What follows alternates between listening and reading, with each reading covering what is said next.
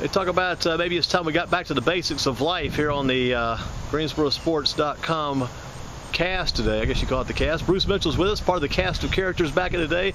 King of the Ring reporters back at the old WKEW many moons ago, and talking wrestling again. Got the wrestling scene brewing a little bit, and a lot of things are going on, and just keeps getting my attention on that PWTorch.com and on WrestlingInc.com, the two sites I probably follow the most. A lot of talk these days about Global Force Wrestling, and do you think they'll still be in business a year from now? Is that a possibility? It'll be less than that. What do you think? I mean, it's a possibility, but I think this is it. I think that you know, there was an interview with Ed Nordholm of Anthem Sports, the big company over them, and talking about Jeff Jarrett and everything that happened, and I didn't leave me with very much faith in this company being able to straighten up what's going on, what's been with Impact, with TNA for all those years. I think this is it. Why would you think Anthem Sports would pay Jeff Jarrett money for those three letters, the Global Force Wrestling? What did that really bring to the table when they paid money to buy that name? That's kind of crazy. The only smart thing I've heard about how this thing has been managed is that they didn't pay any money to it. Good. That they don't have the rights to the Global Force name, and so they could drop it at any moment. They could drop it at any moment. I don't see there's any real value in it. I think that no value at all. Yeah, and not worth 10 cents. I mean, when you take Jeff Jarrett's track record as managing a wrestling company for 10-something years, and add it to all the personal problems that he's having. Yeah, it sounds like, I heard about that, it sounds like when he sounds like the company, Anthem Sports, came in and gave him the keys to the car, and Jeff, with the keys to the car, got called for driving under the influence, possibly. Yeah, whether it be cheeseburgers, whatever he's been consuming. A pretty literal metaphor, I think you mean alcohol. But yes, that was a major problem with this. Just everything along the line, and then the show is not the type of show that's going to gather any momentum. They are not able to run in an era where independent shows can run not at the level of the old territories, but they can run profitably. They weren't able to, with television in the market in New York, weren't able to run very successfully at all. They tried a couple of those baseball stadium shows. Those didn't do too well, did they? They didn't do too well at all. I know you had to cancel one of those. Yeah, you know about the baseball stadium shows, but I'll get back in the day when, you know, this is like Jerry Lewis and Dean Martin getting back together again, but, you know, pick who's who. Andy Durham and I, because Andy Durham and Tony Schiavone kind of started me off doing this kind of stuff. So I guess I should appreciate that, but look how much progress I've made in my life. So yeah, let's back to where we got started. But yeah, back to where we got started. On our videos anyway. Yeah, on our videos. So it's good to hear Andy's voice and see him. So yeah, I think that I just think that this is not going to cut it. I mean, it's not.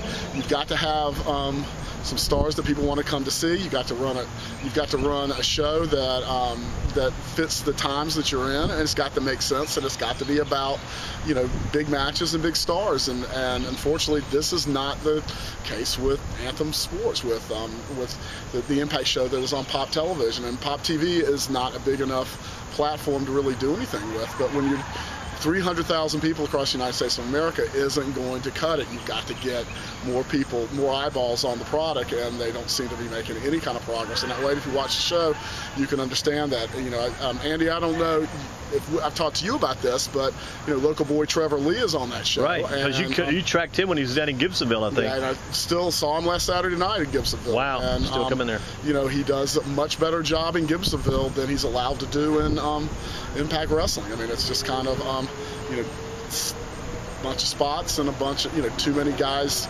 push, too much comedy, too much crap from a long time ago, and it isn't working. And you know, and I'm like, I've never been a fan of somebody with a lot of with deep pockets keeping a business running that's not doing what fans want. It's not run competently. It just gets in the way of everything else and puts a bad taste out in the marketplace. And it sounds like if push came to shove, you probably would take Gibsonville over Global Force Wrestling. I pretty much do that every month. CWF Mid-Atlantic in Gibsonville, North Carolina. You remember Brad Stutz? Yeah, sure do. Yeah, I think Tommy Dreamer came there once, didn't he? You wrote about Tommy Dreamer's match there. I sure did. So we got to get Andy up there to see that. Heard it's pretty warm in the summer, but it's getting cooler now that the fall's coming in. So you've been there. Yes, it is. So it wasn't too bad Saturday night. But yeah, I just look at this and go, how does this work? And at some point, shouldn't you have a money-making plan? You can't just pour money down a hole. Shouldn't you have a money-making plan that where's the revenue going to come in? And whenever you hear Jeff Jarrett or with all his platitudes, corporate platitudes, or listen to Ed Nordholm on Wrestling Observer Radio, I just didn't hear anything that seemed like it was going to address any of that. And a streaming service, that's all great. You can have a great platform, but if the content isn't good, people aren't, it's easy to get to, but they don't want it. They're trying to play the game and show somebody wrestling from back in the day when some of the guys have already left the company, left one of the WWE and other locations. They're trying to play those old video type information back, so people try to buy into that, but they haven't got any current people that really draw much interest, do they? Well, they don't, but then if you look at that old stuff, wasn't drawing interest back then either. You can say Samoa Joe and Kurt Angle and AJ Styles and all that, but the problem is they were booked poorly for the most part. There's a few examples of better things, but I just don't. I talk to wrestling fans all the time. I don't sense that there's this great nostalgia for TNA wrestling with those people. I think there's a little bit of value to WWE for some of that footage, and Nordholm says that the Fight Network, that people watch it on the Fight Network in Canada. I don't know. It's not that big. I don't see that many eyeballs on it. I can't imagine if WWE Network doesn't. They have all the pay-per-views from the Monday Night Wars and the numbers on the nostalgia stuff. I love watching nostalgia stuff and kicking back and watching that stuff, but it's not very good for the network. It's just not. And if you show it on YouTube, they get a lot of YouTube hits. They say, putting hits on YouTube. YouTube, that's great. You don't make any money off that. You don't make any money off it, and that's all. That's like. We've got a big social media thing. We've got a big Twitter following. We got this and that. Well, who's left to run the company now that Jeff Jarrett has taken a leave of absence, so to speak? Big Ed Gabart from who's not very popular with the people that he left in WWE, and not very popular with the people that work there. People just kind of scratch their head at how he. With his lack of experience, how he's there. And Dutch Mantel's helping out, didn't he? Dutch Mantel apparently was out. Is he out? Yeah. Wow, that was quick. That was quick, but he's, Dutch Mantel's very smart. Did good in the Knockouts division. Back when he brought that along. Yeah, but he was also always there to protect the interest of Jeff Jarrett. So if Jeff Jarrett's out, and another thing though, you wonder whether they're going to bring back Jeff Jarrett. I mean, that was kind of the what in the world kind of. This just. I don't think it's to the depths of what went on in TNA with Dixie Carter, particularly in the last several years, but this is just scratching your head going, why? This isn't working. This didn't work before. Well, the guys that are getting paid have got to be happy about that because they're getting some easy money in a lot of ways. Well, a lot of those guys aren't happy about it, and I know that guys like local Hurricane Helms, Shane Helms was very angry with being dropped, and a lot of the agents and some of the wrestlers felt like that they were dropped because not because they were doing a bad job or the company wasn't getting value from them. They were just dropped because Jarrett wanted his cronies around him to protect him from what eventually happened. And that kind of me first, push your way to the front, get your money, and just keep the con rolling for as long as you can. It's not.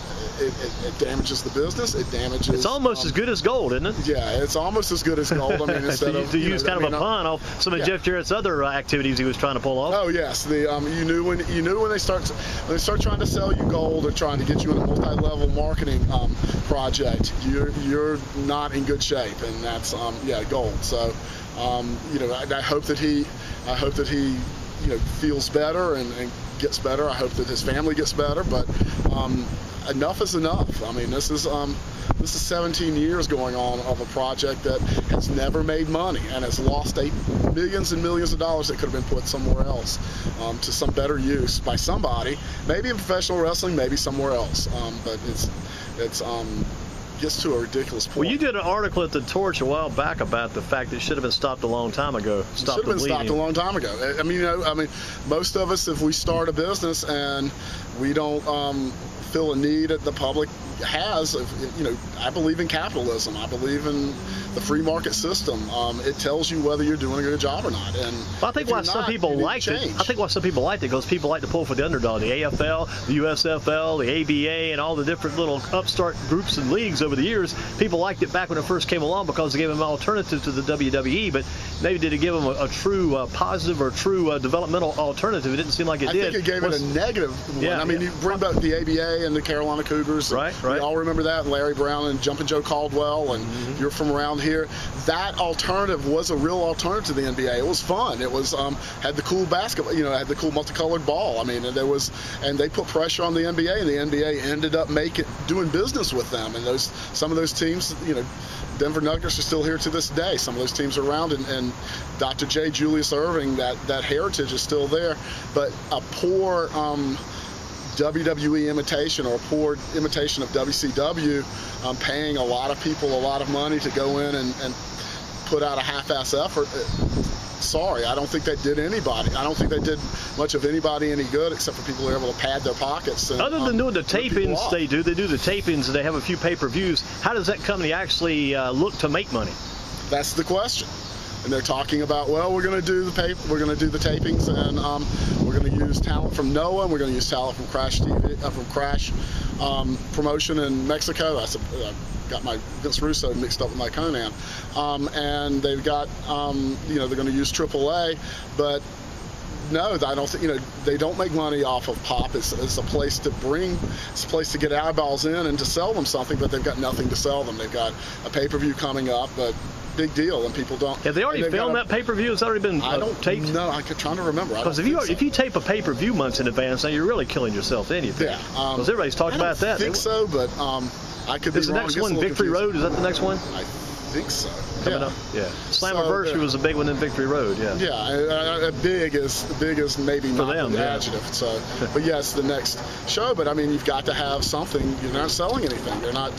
They have no house show money coming in. They have no merchandise money coming in. They have no, and then their pay-per-view. WWE changed the landscape of pay-per-view for wrestling companies. Are you going to buy a $40 pay-per-view from TNA for one show for 3 hours? Or are you going to spend $9.99 to get two pay-per-views from the major market leader and get all these other first run and legacy content shows for $9.99? I mean, it's just kind of, it even goes back a long way to the Global Wrestling Federation. Those letters and everything just is all confused and thrown out. That doesn't even make sense. Doesn't make sense at all. I think that Joe Pedicino, Buddy Blackstone back in the day. Well, that's a different thing. But boy, yeah, speaking of. You can go to pwtorch.com/govip and read. Had a lot of fun with Joe Pedicino, except he didn't have any fun writing about that back 20-some years ago. But Global Wrestling Federation for Jeff Jarrett, they ran a few shows. They had some talent.